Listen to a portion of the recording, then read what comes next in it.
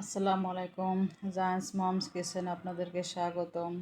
আজকে আপনাদের নতুন একটা ডেইলি ব্লগ নিয়ে আসলাম আপনাদের জন্য। আজকে আমি দেখাবো কাঁঠালের বড়া পিঠা।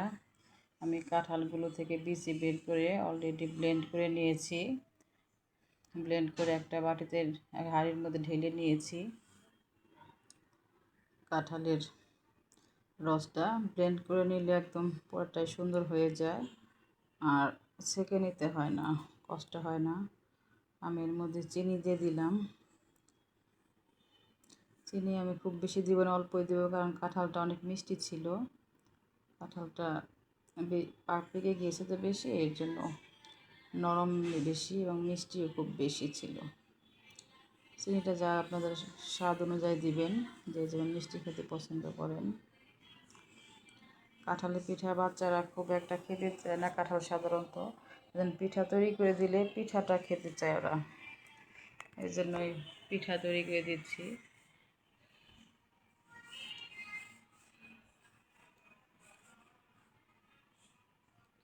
কাঁঠালের পিঠা খেতেও মজা লাগে।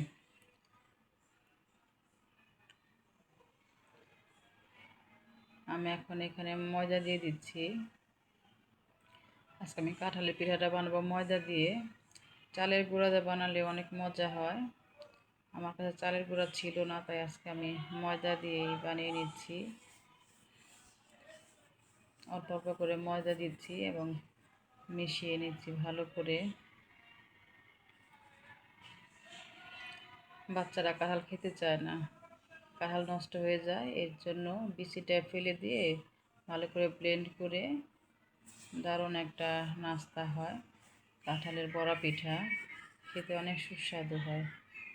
আমি আবারও ময়দা দিয়ে দিয়েছি, দিয়ে আবার ভালো করে নেড়ে নিচ্ছি। আমি হয়তো হাত দিয়ে করতে হবে, চামচ দিয়ে করে যেন ভালো মতো মিশিয়ে নেওয়ার জন্য ময়দাটাকে।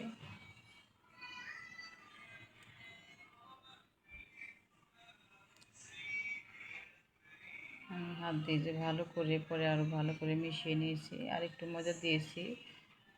বড়া যেহেতু করব, একটু ঘন থাকতে হবে। আমি যেমন বানিয়েছি ঠিক এইভাবে দিলেও হয়। আমি এখন একটা কড়াই বসিয়ে নিয়েছি চুলার মধ্যে। কড়াইটা গরম হচ্ছে। গরম হলে আমি কড়াইয়ের মধ্যে সয়াবিন তেল দিয়ে দেব। পিঠা ভাজবো তো, ওর জন্য তেলটা একটু বেশি পরিমাণে দিয়ে দিলাম। তেলটা গরম হলে আমি পিঠার গোলা দেওয়া শুরু করব।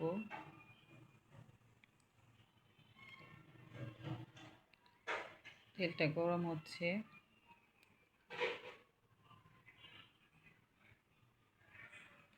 এখন আমি বড়াগুলো দিয়ে দিচ্ছি অল্প অল্প করে।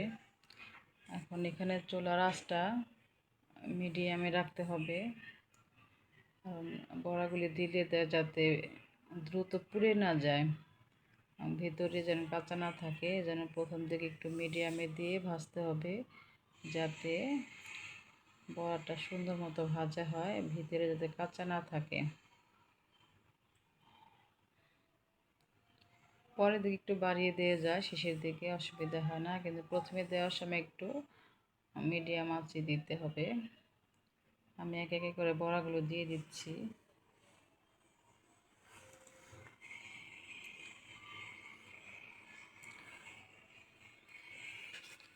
কাঁঠালের পিঠা তালের পিঠার মতোই লাগে খেতে। আমার বড়াটা প্রায় ভাজা হয়ে এসেছে, আমি এখন তুলে নিব। মাশাআল্লাহ, সুন্দর একটা কালার চলে এসেছে এবং সুন্দর একটা স্মেল বের হয়েছে, দারুণ একটা সুঘ্রাণ।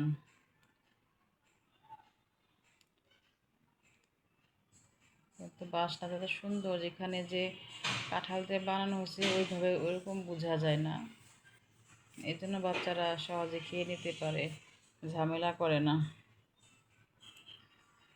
আমি আবার দিয়ে নিচ্ছি। এভাবে বারে বারে দিয়ে অল্প অল্প করে কয়েক ব্যাচ আমি ভেজে নিব।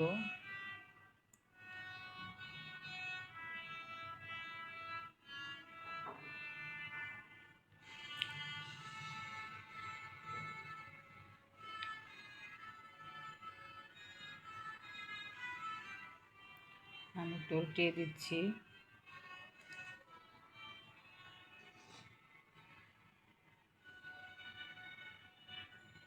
সফট হয়, ময়দা দিয়ে করলে পিঠাটা অনেক সফট হয় এবং খেতে অনেক মজা হয়।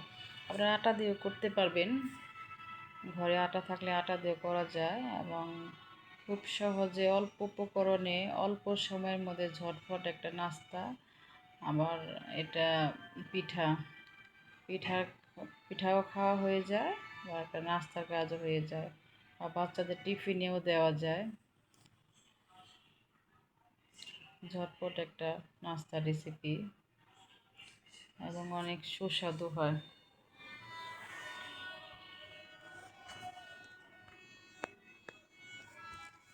বড়াগুলি তুলে নিচ্ছি।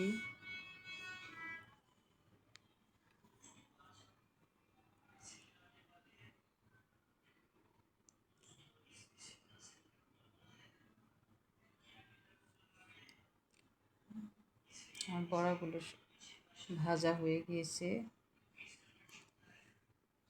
দারুণ মজার কাঁঠালের পিঠা বা কাঁঠালের বড়া। আপনারা যারা তৈরি করেন এখন